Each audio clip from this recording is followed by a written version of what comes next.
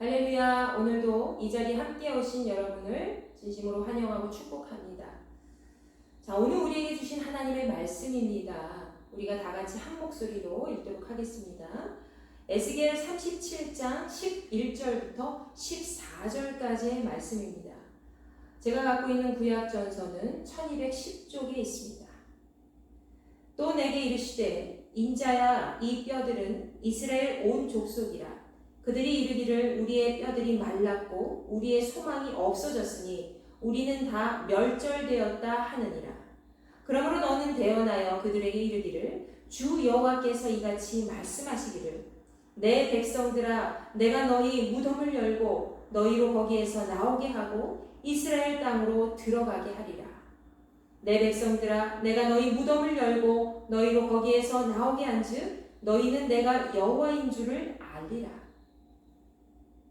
내가 또 내 영을 너희 속에 두어 너희가 살아나게 하고 내가 또 너희를 너희 고국 땅에 두리니 나 여호와가 이 일을 말하고 이룬 줄을 너희가 알리라. 여호와의 말씀이니라. 아멘. 여러분, 오늘은 무덤에서 나오게 하리라 라는 제목으로 여러분과 함께 하나님의 말씀을 나누고자 합니다. 자, 오늘 말씀은 레위 지파의 한 사람이었던 에스겔 선지자, 특별히 제사장 가문 출신이었던 이 에스겔이 하나님께로부터 받은 마름베 환성을 보고 그 이후에 하나님께로부터 이제 말씀을 듣고 대화를 나눈 내용이 등장하고 있습니다. 자, 에스겔의 마름베 환상은 기독교인이라면 누구나 다 아는 내용이지요. 그러나 오늘 말씀은 마른 뼈가 큰 군대로 변한 그런 환상에 초점을 둔 것이 아닙니다. 오늘 말씀에서 이 마른 뼈 환상을 보여주신 하나님께서 에스겔에게 말씀하신 것을 통해 과연 현대를 살아가고 있는 우리에게는 어떤 말씀을 하고 계시는가? 우리는 거기에 더 집중을 해보고자 합니다. 그러기 위해서는 에스겔서 전체적인 배경을 우리가 살펴보아야 하겠습니다. 자, 에스겔이 하나님의 부르심을 받았을 때의 역사적인 상황은 유다 민족에게 있어서 매우 절망적이라고 할 수가 있습니다. 바벨론은 그 당시 북방에서 최대 강국이었던 이 아수르 민족을 제패하고 신흥 강국으로 계속 급부상하면서 자신의 영토를 계속 확장하며 계속 주변 국가들을 압제했던 나라였습니다. 과거의 바벨론은 지금의 이라크 영토를 광활하게 차지하고 있던 고대 왕국이었죠. 자, 그때 바벨론은 느부갓네살 왕이 통치하던 시절 굉장한 번영을 누리게 되었습니다. 그때 느부갓네살 왕이 통치하던 그 시절에 남유다는 총 4번이나 공격을 당하게 됩니다. 물론 성경의 전체적인 역사를 살펴보면은 1차와 2차 공격을 하나로 묶어서 설명을 하지요.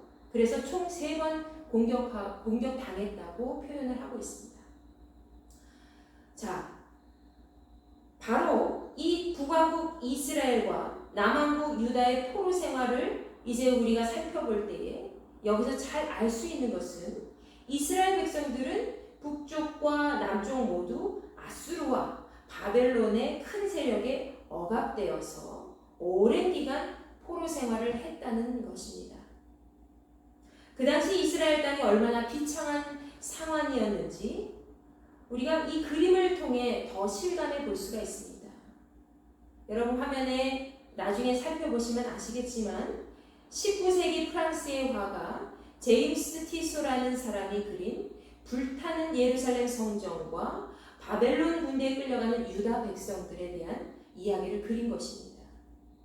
자, 이스라엘 사람들 역시 이 우리나라 대한민국처럼 수많은 아픔을 경험한 민족이었습니다. 당시 바벨론의 2차 침공이 있었을 때에 유다의 형식적인 왕이었던 여호야긴 왕과 함께 바벨론의 포로로 끌려간 유다 백성들이 굉장히 많이 있었는데요. 그때 많은 제사장들과 귀족들이 있었고 그 중에 한 사람이 바로 에스겔 선지자였습니다. 그래서 에스겔은 바벨론 포로기 선지자라고 불려지게 되지요. 자, 에스겔이 바벨론의 포로로 잡혀 잡혀갈 당시에 나이는 25살이었습니다. 굉장히 젊은 청년이었죠. 그는 에스겔 1장 3절 말씀에서 아버지 부시의 아들로 태어나 제사장이었음을 언급하고 있습니다. 젊은 제사장 가문의 출신 이 에스겔은 바벨론의 그발 강가에서 무려 5년 동안이나 그곳에서 포로 생활을 하게 되는데요. 그러던 어느 날 하나님의 음성을 듣고 선지자로, 예언자로 부름을 받게 됩니다. 그 나이가 벌써 30년이었죠. 30세였죠. 그가 포로로 끌려간 지 5년째 되는 해에 30살에 하나님께로부터 그 나라 백성들, 포로로 잡혀있던 나라의 백성들을 위해서, 유다 백성을 위해서 하나님께 선지자로, 예언자로 부름을 받은 것입니다. 여전히 젊고 어린 나이였지만 나라와 민족을 생각하는 에스겔의 마음은 그 어느 누구보다도 아주 뜨겁고 강렬하게 불타고 있었습니다. 어쩌면 하나님께서는 에스겔의 그 귀한 마음을 보시고 그를 흩어진 유다 백성의 선지자로 세우시는지도 모르겠습니다. 이렇게 아무것도 남지 않은 이 남유다 이스라엘 백성들과 함께 적국 바벨론에서 비참하게 포로 생활을 하던 한 사람, 그 에스겔이 하나님께 받은 소명이 무엇이었을까요? 바로 그것은 이 바벨론 땅에 머물면서 소망 없이 살아가고 있는 유다 백성에게 예루살렘의 마지막 멸망을 예언하는 것이었습니다. 실제로 에스겔은 그가 포로로 끌려간 지 11년 후에 바벨론에게 완전히 멸망당했다는 소식을 듣게 되죠. 어느 나라가? 이스라엘 유다 민족이 멸망당했다는 소식을 듣게 됩니다. 예루살렘이 완전히 망하게 된 것이죠. 에스겔 선지자가 바벨론에서 포로 생활을 할 시기에는 바벨론의 2차 침공 때였기 때문에 마지막 3차 침공이 아직 일어나지 않은 때였습니다. 자, 그래서 에스겔은 이스라엘 온 땅이 다시 하나님 앞에 돌아오도록 외치게 되었던 것이죠. 그러나 그는 예루살렘에 대한 심판뿐만 아니라 회복을 같이 선포하고 있습니다.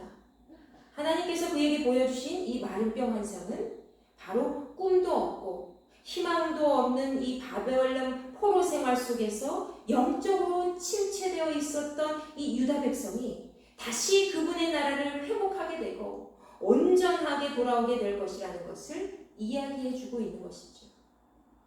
그래서 에스겔은 하나님의 약속하심을 믿고 그의 일평생을 바벨론 포로자로 살아가면서 그곳에서 절망에 빠져있던 수많은 유다 민족에게 살아계신 하나님의 말씀을 선포하면서 그들에게 과거의 불순종을 하나님께로부터 이제 불순종했던 그 모든 죄악들에서 돌아오도록 회개하도록 촉구하였고 그들의 삶에 남아있는 그런 희망과 용기 그리고 믿음을 심어주었습니다. 에스겔서를 전체적으로 살펴보면 우리에게 종말론적인 예언의 메시지를 지속적으로 보여주고 있습니다. 실제로 그의 삶은 드라마적인 요소들이 굉장히 많이 있었고요. 그리고 하나님께로부터 많은 환상을 보게 되죠. 그의 삶은 때때로 우리에게 참 초현실적인 그런 모습으로 비춰질 수가 있습니다. 그러나 에스겔은 유다 역사상 가장 암흑했던 그런 시기에 포로로 끌려간 유대인들을 강하게 이끌었던 한 사람이었고 그리고 그런 사람으로서 이스라엘 전체의 희망의 불씨를 꺼뜨리지 않도록 포로 생활 속에 갇혀있던 유다 민족에게 지속적으로 하나님 말씀을 전하며 인도했던 특별한 하나님의 선지자였고 예언자였습니다. 에스겔 37장 말씀에서 이 에스겔은 골짜기 안을 가득 메우고 있는 마른 뼈들을 보게 됩니다. 자, 그 뼈는 굉장히 그냥 마른 것이 아닙니다. 이미 살아있는 육체가 죽은 지 너무나도 오래되어서 말라 비틀어져 있는 그런 뼈들이었습니다. 회복이 불가능한 상태였다는 것을 알 수 있죠. 그 뼈들을 본 에스겔은 실제로 놀라지 않을 수가 없었습니다. 그런데 여호와 하나님께서 에스겔에게 그 뼈들이 능히 살 수 있는지 물어보십니다. 에스겔 37장 3절 말씀에서 에스겔은 대답하였습니다. 주 여호와여, 주께서 아시나이다. 주께서 그 마른 뼈들이 살 수 있는지 물어보셨을 때에 에스겔은 자기가 네 주님 그렇습니다 라고 이야기하지 않아요. 그 대답조차도 하나님 앞에 드립니다. 주 여호와여, 주께서 아시나이다. 이것은 바로 에스겔이 산자뿐만 아니라 죽은 자까지도 하나님의 주권 아래에 있다는 것을 먼저 언급한 것이죠. 그리고 그는 다시 하나님의 명령을 받아 마른 뼈들에게 하나님의 말씀을 들으라고 명령합니다. 죽어서 없어져 버릴 그 마른 뼈들에게 에스겔은 하나님의 명령하신 바를 그대로 대언하게 되지요. 내가 너희에게 들어가게 하리니 너희가 살아나리라. 너희 위에 힘줄을 두고 살을 입히고 가죽으로 덮고 너희 속에 생기를 넣으리니 너희가 살아나리라. 또 내가 여호와인 줄 너희가 알리라. 하나님의 말씀에 따라 그대로 선포한 에스겔 앞에서 그 뼈들은 소리를 내게 됩니다. 소리를 내면서 삐걱삐걱 소리를 내면서 움직이면서 이 뼈와 저 뼈가 서로 연결되었고 힘줄이 생기고 그 위에 살이 붙게 되고 가죽이 덮이게 된 것이죠. 그러나 에스겔이 보기에 뼈가 서로 붙고 살이 붙고 힘줄이 생기고 가죽이 덮여도 그것은 완전히 살아있는 형상처럼 보이지가 않았습니다. 그는 그런 모습을 에스겔서 37장 8절 말씀 하반절에서 이렇게 이야기합니다. 그 속에 생기가 없더라. 그것은 그저 뼈만 남아있는 상태에서 다시 살아있는 인간의 형상처럼 겉모습만 그렇게 멀쩡해 보이는 것처럼 보였습니다. 그러나 진짜 살아있는 모습처럼 보이지는 않았다는 거죠. 왜 그렇습니까? 그 안에 영혼이 없기 때문입니다. 그래서 하나님께서는 에스겔에게 다시 한번 그분의 명령을 대언하게 하십니다. 이번에는 마른 뼈가 아니라 생기를 향하여 대언하라 하셨습니다. 생기야, 사방에서부터 와서 이 죽음을 당한 자에게 붙어서 살아나게 하라. 그러자 어떻게 됩니까? 에스겔이 하나님께서 명령하신 그대로 실행하자 그 마른 뼈들에게 생기가 들어가 곧 살아서 일어나 서게 되었습니다. 그들은 큰 군대가 되어서 에스겔을 마주하고 있었죠. 마른 뼈들에 힘줄이 생기고 살이 붙어도 그것은 온전히 살아있는 모습이 아니었습니다. 그러나 그들에게 하나님의 생기가 들어가자 그들이 진짜 살아있는 사람이 된 것이죠. 그 생기는 바로 생명을 살리는 하나님의 호흡이었습니다. 여러분, 아담과 하와 이야기 아시죠? 그들에게 생기와 같이 하나님께서 그들에게 주신 생기처럼 이 영혼이 살아나는 이 생기, 하나님의 영이 그들에게 임할 때에 살아있는 온전한 생명치가 되는 줄 여러분 믿으시기 바랍니다. 우리의 인생도 겉으로는 살아있는 것처럼 보여도 보이는 그렇게 멀쩡해 보이는 사람일지라도 영혼이 죽은 사람들이 얼마나 많이 있는지 모릅니다. 우리의 육신과 영혼은 모두 하나님의 형상대로 있어야 합니다. 그러나 영혼 따로 육신 따로 될 때가 너무나도 많이 있죠. 육신만 하나님이 빚으신 대로 있고 영혼은 죽어 있다면 그것은 살아있어도 살아있는 것이 아닙니다. 오직 하나님의 생명의 영이 우리의 삶을 온전히 살게 해주는 것임을 반드시 기억하며 살기를 바랍니다. 오늘 보면 11절 말씀에서 하나님께서는 에스겔에게 말씀하셨습니다. 이 뼈들은 이스라엘 온 족속이라고 하셨습니다. 그리고 그 뼈들은 스스로 이야기합니다. 자기들이 스스로 말랐고 소망이 없어져서 다 멸절된 상태라고 스스로 이야기를 하지요. 그와 같이 이스라엘의 유다 백성들은 너무나도 절망에 빠져서 인생의 위기 속에 속절없이 처참하게 무너져 있었던 상태였습니다. 그들의 마음과 정신이 모두 쇠퇴해서 아무것도 할 수 없었던 그런 상태가 된 것이죠. 그러나 하나님께서는 오늘 본문 말씀 12절부터 14절까지 말씀에서 에스겔에게 이렇게 유다 백성에게 선포하라고 말씀해 주셨습니다. 무슨 말씀이죠? 우리 다 같이 읽겠습니다. 시작! 12절부터 내 백성들아, 내가 너희 무덤을 열고 너희로 거기에서 나오게 하고 이스라엘 땅으로 들어가게 하리라. 내 백성들아, 내가 너희 무덤을 열고 너희로 거기에서 나오게 한즉 너희는 내가 여호와인 줄을 알리라. 내가 또 내 영을 너희 속에 두어 너희가 살아나게 하고 내가 또 너희를 너희 고국 땅에 두리니 나 여호와가 이 일을 말하고 이룬 줄을 너희가 알리라. 여호와의 말씀이니라. 하나님께서 무덤을 열고 거기에서 나오게 하시고 그리고 이스라엘 유다 백성이 원래 머물던 그 고국의 땅으로 다시 들어가게 할 것이라고 약속하신 것입니다.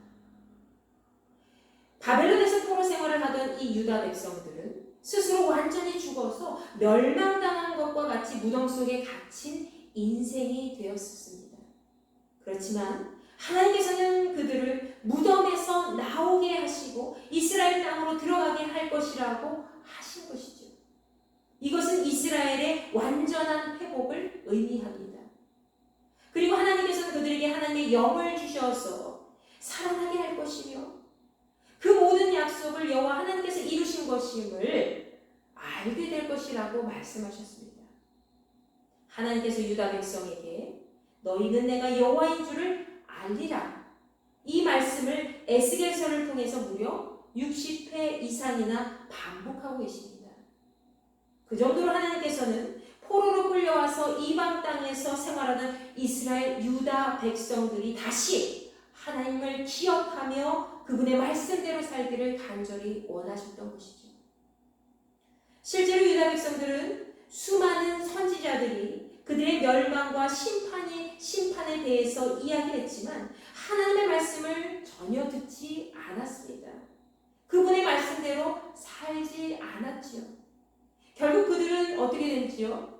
수많은 이방 세력에게 짓밟히는 인생이 되었습니다. 하나님께서 이방 민족을 도구로 삼아 주셔서 자녀 이스라엘에게 채찍질을 하신 것이지요. 에스겔 36장 25절부터 28절까지의 말씀을 살펴보면 이스라엘이 얼마나 하나님의 뜻을 거스르는 행동을 했는지 그들이 얼마나 귀를 닫고 살았는지 잘 알 수가 있습니다. 하나님께서는 에스겔에게 이스라엘 백성들이 하나님의 이름을 더럽히고 거룩함을 잃어버린 백성이 되었기 때문에 맑은 물을 뿌려서 영적으로 더럽혀진 모든 것에게 정결하게 하실 것이라고 말씀하셨습니다. 그리고 그들에게 새 영을 두고 새 마음을 주어서 그들의 육신에서 굳은 마음을 제거하고 부드러운 마음을 주어 하나님의 규례대로 하나님의 규례를 그 잘 지키도록 할 것이라고 하셨습니다. 그래서 하나님께서 그들의 조상 때부터 준 그 고국 땅에서 하나님의 백성으로 다시 살게 할 것이라고 말씀하셨습니다. 이스라엘이 스스로 굳은 마음을 제거하고 하나님의 말씀대로 다시 거룩한 백성으로 살아가게 된다면 그들은 하나님의 백성으로 살 뿐만이 아니라 하나님께서 그들의 하나님이 되어주신다고 분명히 약속해 주셨습니다. 결국 하나님의 말씀대로 살지 않았던 이 그들의 굳은 마음이 그들의 영을 죽은 백성으로 인도했던 것입니다. 우리의 삶 속에서도 때때로 돌같이 굳은 마음을 발견할 때가 종종 있습니다. 아무것도 받아들여지지 않는 그런 딱딱한 상태, 생명이 없는 무생물과 같은 상태로 그렇게 살아갈 때가 있죠. 하나님의 말씀을 애써 외면하면서 내 자신을 삶의 주인으로 생각할 때 우리는 돌같이 굳은 마음으로 죽은 시체와 같은 인생을 살아가게 됩니다. 돌같이 굳은 마음은 결국 우리를 세상의 무덤 속에 갇히게 합니다. 세상의 무덤 속에 갇힌 인생은 살아있어도 살아있는 것이 아니죠. 하나님의 백성은 날마다 부드러운 마음으로 하나님의 말씀을 새기고 그 말씀대로 행하는 삶을 살아가야 할 것입니다. 그때 비로소 하나님께서 부어주신 새 영과 새 마음으로 새 예루살렘 성에 이 땅 가운데서 살아갈 수 있고 그 새 예루살렘을 세워갈 수 있습니다. 하나님께서는 우리가 하나님의 영으로 사는 사람들이라는 사실을 기억하며 살기를 간절히 원하십니다.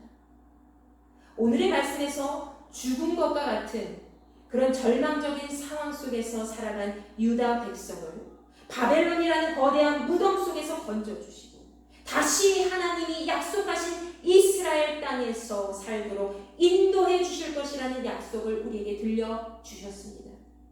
이 말씀은 비단 과거 이스라엘 유다 민족에게만 해당되는 말씀이 아닙니다. 바로 무덤과 같은 종말론적인 세상을 살아가고 있는 우리 모두에 대한 말씀인 줄로 믿습니다. 거대한 세상의 무덤 속에 갇힌 인생들이여 다시 일어나게 되기를 간절히 소망합니다. 다시 하나님의 말씀대로 그곳에서 나와서 하나님의 영으로 살아가는 삶이 되기를 간절히 소망합니다. 여러분 중에는 아무것도 보이지 않는 어둠의 터널을 계속해서 혼자 걸어가고 있는 느낌을 받을 때가 종종 있으실 겁니다. 너무나도 답답한 현실이 있었는데 그 모든 것들을 피하고 싶어도 탈피하고 싶어도 그렇게 하지 못하는 삶이 얼마나 절망적이고 비참한 것인지 지금까지 굴곡진 인생을 살아온 사람들은 더 잘 이해하실 겁니다. 그렇게 답답하고 어려운 상황 속에서도 많은 사람들은 그 신락 같은 희망을 찾고자 노력하지요. 그렇게 살다가 죽을 수는 없기 때문입니다. 그렇게 살다가 허망하게 죽으면 얼마나 비참합니까? 그러나 어떤 사람들은 그 신락 같은 희망조차도 찾을 수 없을 때가 많이 있습니다. 어떤 사람들은 자신의 삶을 전부 포기하고 말지요. 그것밖에는 답을 찾을 수 없다고 생각하기 때문입니다. 그러나 우리 그리스도인들은 그 신락 같은 희망도 찾을 수 없는 그런 현실 속에서도 너무 답답해서 죽을 것 같은 그런 현실 속에서도 그럼에도 불구하고 우리의 인생을 포기하지 않게 되기를 간절히 바랍니다. 하나님께서는 그 누구보다 우리를 가장 잘 아시고 우리의 모든 상황까지 이미 잘 아시고 꿰뚫어보고 계시는 분입니다. 그리고 여러분의 모든 것을 완전히 바꾸어 주실 수 있는 분이죠. 여기 연약한 새싹 하나가 있습니다. 이 새싹은 건드리면 톡 하고 꺾여서 죽을 것과 같은 그런 연약한 모습이지요. 여러분 봄에 새싹을 보면 얼마나 야들야들하고 잎이 참 작고 또 연하고 그렇습니까? 근데 그 작은 생명이 나중에 30년 이상 성장하게 되면 어떻게 되죠? 거대한 나무가 됩니다. 그 어떤 사람도 감히 무너뜨릴 수 없는 그런 거대한 나무가 되죠. 그리고 그 나무들이 모였을 때에 울창한 숲을 이루게 됩니다.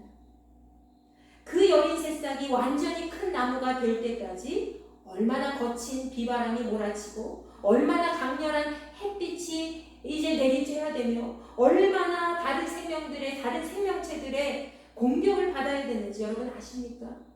그러나 그 생명체는 아무리 작아도 흔들림 없이 계속해서 자라갑니다. 하나님께서 이 자연 만물을 붙들어 주기 때문이시죠. 우리의 삶도 이와 같습니다. 우리가 하나님의 말씀을 붙잡고 하나님의 영으로 숨쉬는 삶을 계속 살아가게 된다면 우리는 절대로 꺾이지 않고 세상의 거대한 무덤 속에서 다시 일어나 하나님의 나라의 영광을 보게 될 줄로 믿습니다. 오늘 말씀 속에서 에스겔은 많은 뼈들이 하나님의 살아있는 그런 호흡으로 다시 일어나게 된 것을 본 이후에 그와 같이 이스라엘도 하나님께서 다시 회복시켜 주실 것이라는 말씀을 듣게 됩니다. 한 나라가 70년 이상이라는 그런 오랜 시간 동안에 남의 나라에서 포로로 살다가 다시 고국으로 돌아가서 화평한 삶을 누리게 된다? 그것은 어떻게 생각하면 거짓말같이 매우 불가능한 일이라고 볼 수가 있습니다. 그러나 하나님께서는 에스겔에게 환상을 보여주셨습니다. 완전히 말라 죽은 뼈들에게 하나님의 영으로 다시 살게 하셨고 하나님의 군대로 다시 일어나게 하셨습니다. 에스겔에게 말씀하시니 무덤에 갇혀있던 죽은 자들에게 무덤을 열고 거기에서 나오게 하실 것이며 그들을 하나님께서 약속하신 이스라엘 땅으로 다시 돌아가게 하실 것이라고 말씀하셨습니다. 그때 비로소 그들은 그 일을 행하신 분이 여호와 하나님이신 줄 알게 될 것이라고 하셨습니다. 그리고 그 말씀은 실제로 이루어지게 되었습니다. 여러분, 하나님은 지금도 에스겔 골짜기의 마른 뼈와 같이 세상의 무덤 속에 갇혀서 세상을 살아가고 있는, 인생을 살아가고 있는 우리 모두에게 말씀하고 계십니다. 내가 너희의 무덤을 열고 너희를 건져내리라. 내 영을 너희 안에 두어서 살아나게 할 것이다. 너희는 내가 약속한 나의 나라에서 영원히 살게 되리라. 에스겔 골짜기와 같이 무덤에 갇힌 자들이 계십니까? 무엇이 여러분의 영혼을 죽게 만들고 있습니까? 이제 다시 모든 것을 살리시고 회복시켜 주시는 그 여호와 하나님의 말씀을 붙잡고 일어나시기 바랍니다. 오직 하나님의 영으로 우리는 다시 살아나고 하나님의 말씀으로 다시 일어나게 될 것입니다. 이 모든 일이 반드시 우리의 삶 속에 일어날 것입니다. 그리고 오늘도 그 일을 행하시는 분이 여호와 우리의 하나님이심을 날마다 기억하며 살게 되기를 간절히 소망합니다.